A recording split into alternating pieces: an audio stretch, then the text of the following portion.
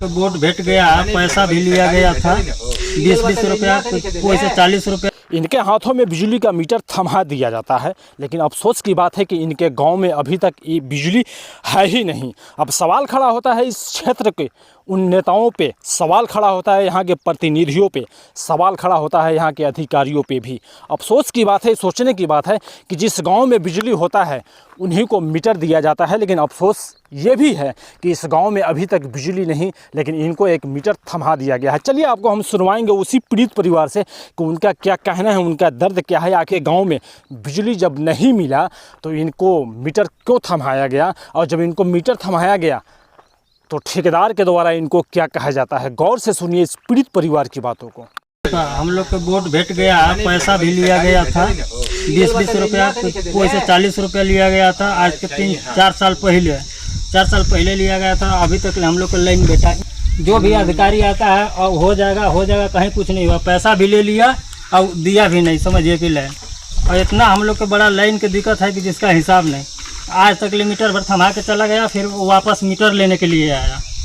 हम लोग नहीं दिए, गुस्सा में हम कहे, तो फिर बोल रहा था कि मीटर का पैसा लगेगा, यानी मतलब बिल लगेगा। हम कहे ठीक है भाई, लाइन हम लोग जलाते होंगे तो बिल दिया जाएगा। फिर हम लोग नहीं दिए, ये मीटर रख लिया गया। मैं आपको बता दूं कि इस गांव में अगर किसी महिला को अगर डिलीवरी हो जाए, यानी अगर किसी महिला अगर डिलीवरी की हालत में हो, तो आप समझ सकते हैं कि उनकी क्या परिस्थिति बीतती होगी।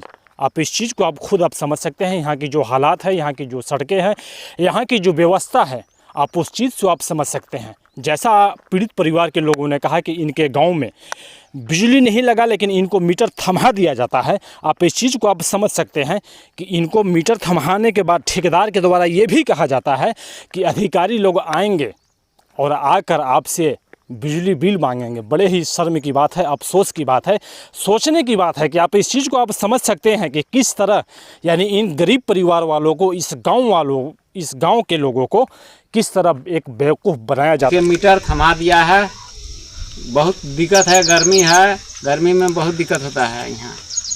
और सिंचाई के लिए कुछ देखिए, एकदम ज़मीन पड़ती है। सिंचाई के लिए देखिए पड़ती ज़मीन है, कुछ नहीं पैदा होता है यहाँ।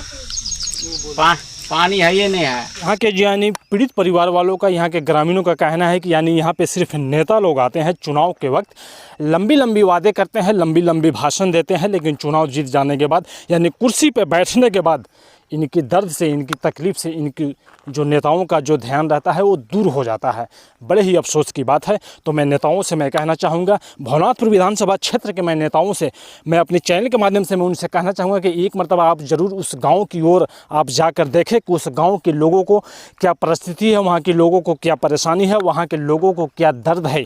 सिर्फ चुनाव में लंबी लंबी वादे न करें, उनकी दर्द को देखा जाए, उनकी तकलीफ़ को देखा जाए, और हमारी इस वीडियो को इतना ज़्यादा से ज़्यादा शेयर करें कि हर विधायक और मंत्री तक पहुंचाएं, ताकि उनको साफ तौर पे दिख सके कि झारखंड में एक ऐसा भी अभी भी गांव है कि देश आज़ादी के बाद अभी भी ऐसा लगता है कि ये गांव गुलाम है। न बिजली की व्यवस्था है, न सड़कें की व्यवस्था है। कमेंट बॉक्स में आप ज़रूर बताएं, क्या ऐसे सवाल को ना उठाया जाए, क्या ऐसी जो इनकी जो दर्द है, जो तकलीफ़ें हैं, क्या इनकी दर्द को ना दिखाया जाए। हमारी इस वीडियो को ज़्यादा से ज़्यादा शेयर करेंगे। मैं हूँ आपका दोस्त असर, फिर मिलते हैं नेक्स्ट टाइम। जय हिंद।